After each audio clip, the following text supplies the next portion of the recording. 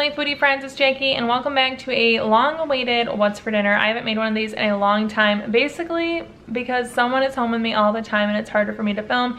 Even right now when I have good light and my kids aren't loud, the dishwasher's running, but you know what? I'm gonna make do. I have 3 dinners to share with you guys, and if you have stuck around over the past year, you know I am now an intermittent faster. I eat basically 1 meal a day. I do have snacks with it. It's kind of like appetizer, entree, dessert. That's kind of how my day goes most days, and that 1 meal a day is important to me. So if you like food and eating like I do, I hope you stick around. I make recipe videos, I share foods that I like to eat, I share my intermittent fasting journey, and I'm gonna try to do like a monthly What's for Dinner. If you like to eat like me, make sure you subscribe and stick around. For this creamy tomato pasta that I'm making, I am prepping all the ingredients firsthand. That was slicing the garlic, I'm shredding fresh Parmesan, I'll be chopping basil, chopping my sun-dried tomatoes. This is what inspired my meal, was finding these at Trader Joe's. They were $1.99 and they look so delicious. I love the packaging, so I knew I had to buy them and find a recipe. I find that when I'm making a sauce like this one where you're constantly adding components, you start with butter and then the garlic and slowly add ingredients. It's really nice to get all of your ingredients measured and prepped out ahead of time. I have all my garlic there, my Parmesan, my mozzarella, the spices, wine. I use wine instead of chicken broth for my vegetarian, and then I have the tomatoes, the basil, butter, cream, it's all there.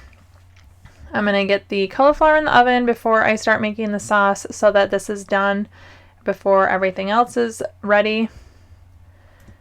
I use a recipe from damndelicious.net as my inspiration. I'll link it below, but I didn't have Parmesan and parsley like I normally would make this, so I used rosemary and thyme. I didn't measure anything, but I love to use the coconut oil, and you can see it wasn't melted when I put it with my cauliflower. I just did a rough chop, but 2 seconds in the oven, the coconut is melted and good. So once my noodles are boiling and on their way, I melt the butter. I followed a recipe for this. I will link it below. You can get the step-by-step instructions, but you're basically gonna start browning your garlic, get it cooking, add a little bit of flour in there, make a nice little roux as a base. Slowly start adding in white wine or chicken broth if you're not trying to make it vegetarian. And I added that in very slowly, and once it was all incorporated, you can add in the heavy cream that's coming here in a moment. Again, you're just adding things in one at a time. So if I have it all prepped ahead of time, it makes it much easier. There goes my pepper and my red pepper flakes, my sun-dried tomatoes. This sauce was really delicious, but it definitely had that tanginess of the tomato, and the wine was prominent. I really did enjoy it. My kids didn't like it as much as I did, but I could eat this regularly. They tolerated it. I loved it. I added in the cheese, and of course it's important to make sure that gets in there melted. Just as the recipe calls for, we removed 1 cup of the pasta water to use to thin it out in a little bit. I added some pepper, and between the salted pasta water and the Parmesan within the sauce already, I didn't want to add any more salt until the very end. I added in my fresh chopped basil, and the sauce came together. It was really delicious, and the last bit was to add it onto the cooked pasta. That was very satisfying to just get it all on top, mix it together, and then this is the point where you can use the pasta water to thin it out to your preferred consistency. I actually ended up adding most of this pasta water in by the time we had dinner. And this was a wonderfully delicious vegetarian dinner, and we had our roasted cauliflower. I love this dinner, and I'll definitely be making it again. Making rice. Put 4 cups of rice in 4 cups of water. Get the lid on. Hit the rice button. So easy. So I normally make this in my Instant Pot, this beef. You use a whole bunch of ingredients, but it's worth it. Ground ginger, sriracha, minced garlic, soy sauce, sesame oil, rice vinegar, ground white pepper, onion powder, brown sugar, and beef broth. But I'm gonna make it stovetop because I have really thin steak this time, and I just wanted to make it on the stovetop, so I'm gonna give the same sauce a whirl on my stovetop instead of the Instant Pot. So I'm gonna measure all these out according to the recipe, linked below from damndelicious.net.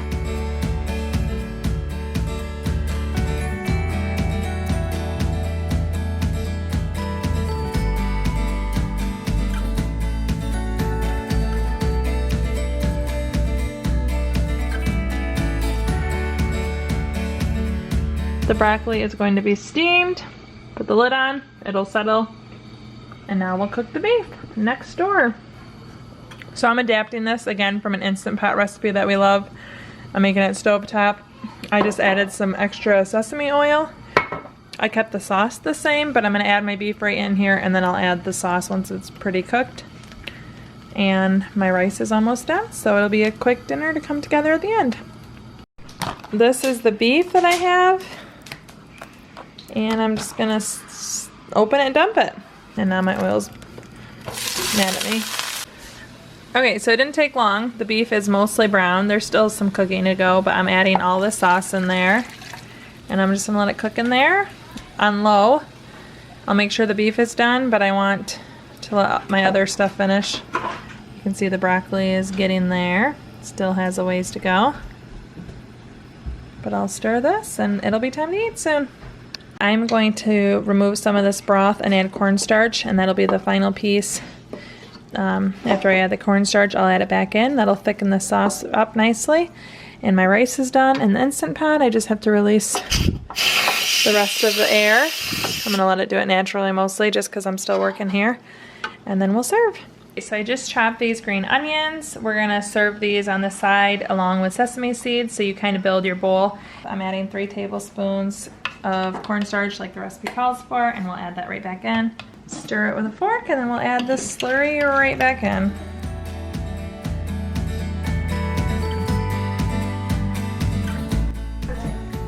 Okay, so like I mentioned, this is self-serve. You can kind of pick what you want. I do make my kids have broccoli. I put lots of onion. Here's a little tip for you: when your kids grow up, don't get rid of baby spoons. They're so good to serve little things like this. Getting my spice jars perfectly.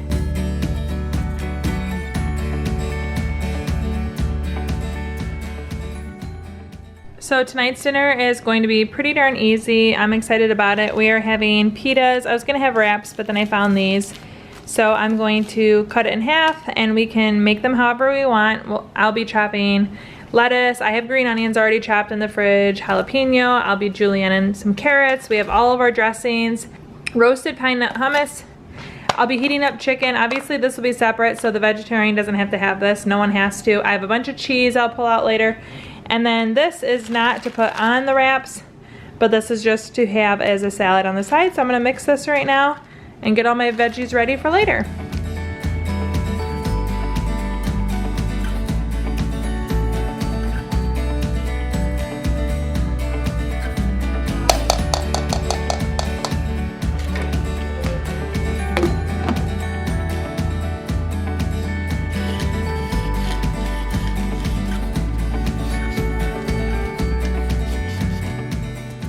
Using the julienne cutter just makes these little matchsticks really easy to put into sandwiches and salads. Wow.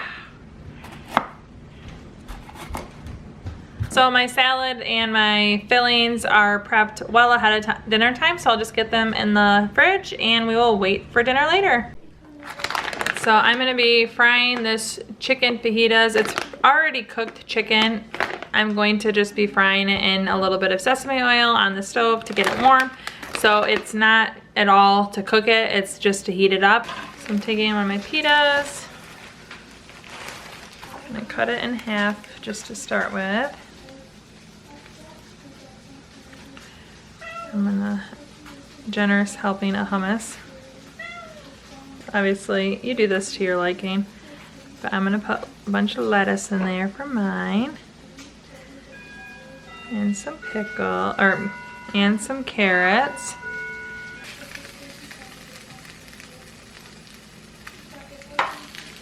I don't need a lot of chicken on mine.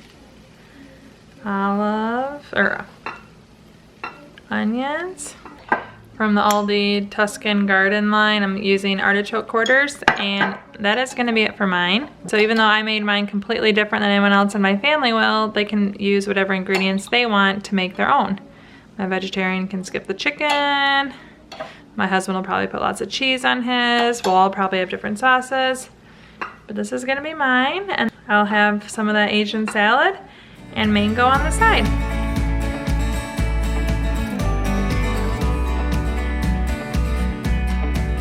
so this is our fresh pita dinner. Everyone can make it exactly as they want. We have the Asian salad on the side, fresh mango. Really easy weeknight dinner and can be customized to everyone's personal liking. If you like What's for Dinners, I hope you check out a What's for Dinner I did last year where I shared with you guys fast food week, where every single meal that I made was inspired by a fast food restaurant. It was like the best week of eating. I need to do it again, but it goes everything from a Big Mac salad to a cherry turnover from Arby's, so check it out right here. Thank you so much for watching. Ciao down and ciao.